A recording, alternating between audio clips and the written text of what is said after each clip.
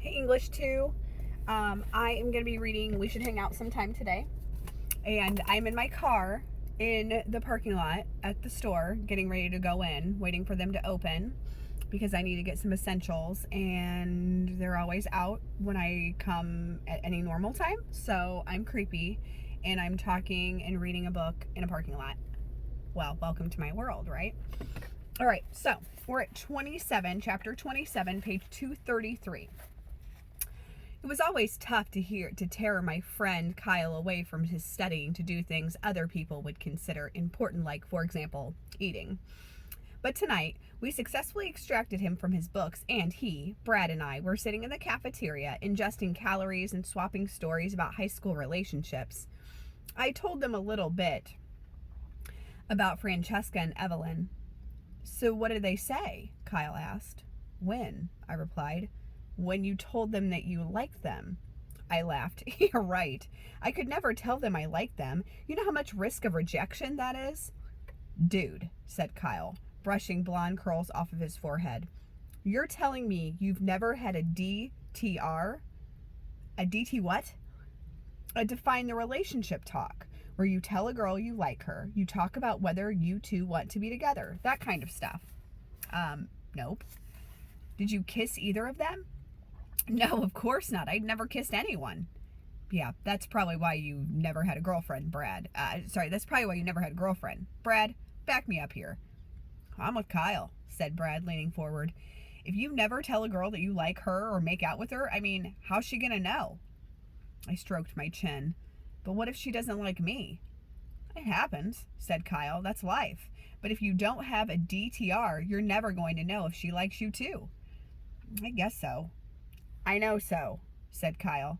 How long have you been having those coffee dates with Lily? Asked Brad. I don't know, maybe 6 weeks, I said. And no DTR? Asked Kyle. No, of course not, I said. Brad and Kyle exchanged glances. Dude, it's time, said Kyle. For a DTR? No way! I need to give it at least a few more months. That's what you've been telling yourself your whole life. His tone was friendly, but the truth struck true. Yeah, I said thoughtfully. I guess you're right, but even if I say yes to it now, when I'm with her, I'll choke. Don't worry about that, said Kyle. Too late, already worried. That's because you haven't heard about my boots yet. What? I've got a pair of steel-toed boots under my bunk bed in my dorm room, explained Kyle. The next time you see Lily, and if you don't have a DTR, I'm going to put on those boots and I'm going to kick you as hard as possible I can in your balls. Excuse me? You heard me. You're serious? In your balls. Steel? Yes, it's an iron Raleigh. I'm sure you've heard of it. Are you kidding? Do I look like I'm joking? He doesn't look like he's joking, interjected Brad. Did I mention I was a starting forward on my high school soccer team? Asked Kyle. I've got a mean left foot. The next time I see her? Or else. Dude, I said incredulously. Steel. Your balls. Think about it. I sighed, surrendering. Okay, you leave me no other choice. Next time I see her it is. You do that, my boots stay under my bed. Thanks, I guess. What else are friends for? I began by writing and memorizing a speech to give to Lily, which I rehearsed endlessly to make it sound as spontaneous and organic as possible. The content of the speech, if you read the entirety for word beautiful in the thesaurus, you'll have the basic idea. I figured we needed a venue change for this date.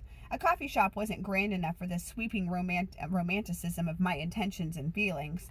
So I emailed Lily and suggested that we go to the college boathouse, where we could borrow a canoe and paddle around Lake Minoka, the serene and romantic body of water tucked in the woods at the back of the campus. She agreed. I told Brad and Kyle, this is it. I'm going to go for it. We are going to row out to the middle of the lake, and I'm going to confess our love, and we're going to confess our love for each other. On the day of the big date, I knocked on her door and found a little powwow of Lily and her friends on the rug in the center of her dorm room. I was too nervous about my upcoming speech, however, to pay any mind to the weirdness of the situation on the floor.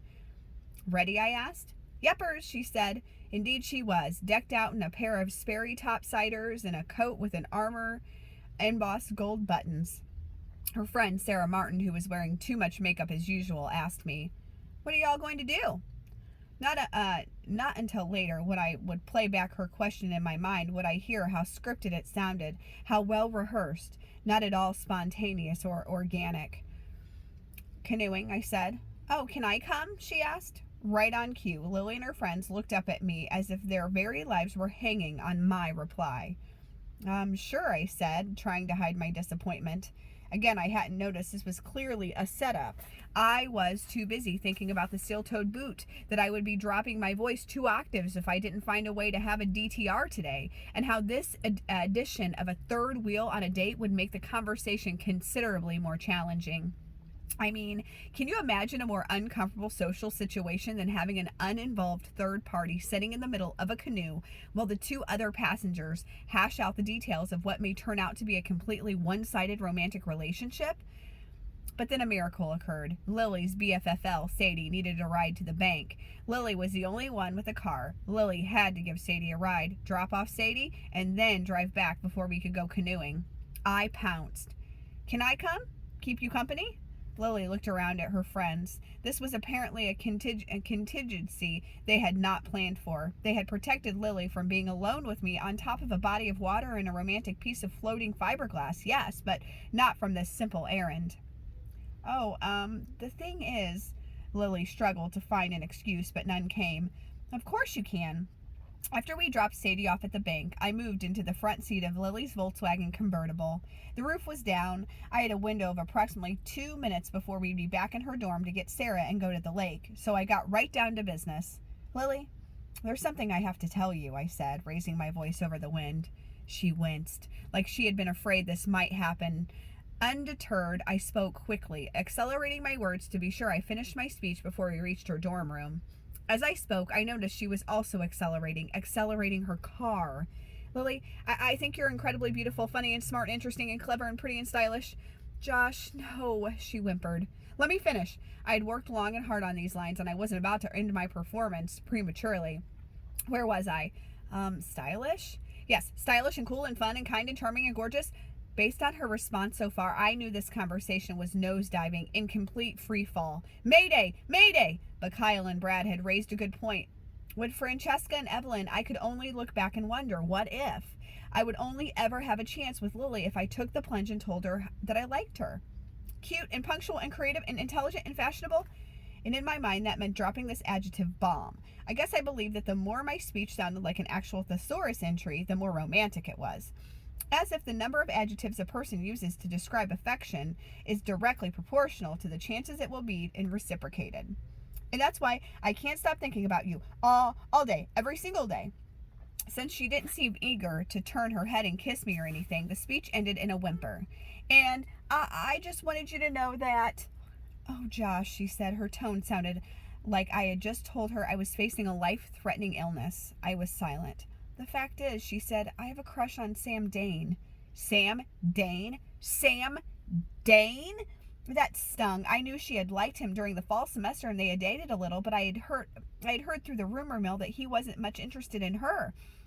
He being both hilarious and a member of the football team, and therefore having his pick of girls on the campus, and she had since moved on. The last part, at least, turned out to be not true. "Bummer," I said.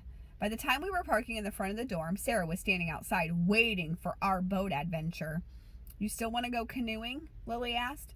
I'm sure she expected me to say no. I mean, who in his right mind would want to keep hanging out with her?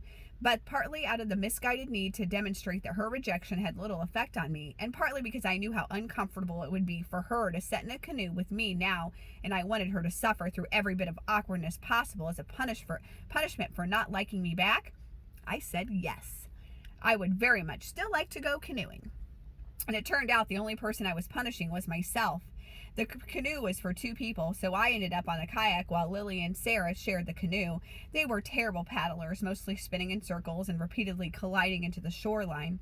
So I just drifted behind in my kayak, always staying within an earshot, as to delay the flood of gossip Lily was no doubt eager to unleash. As long as they knew I was listening, my humiliation would remain a secret.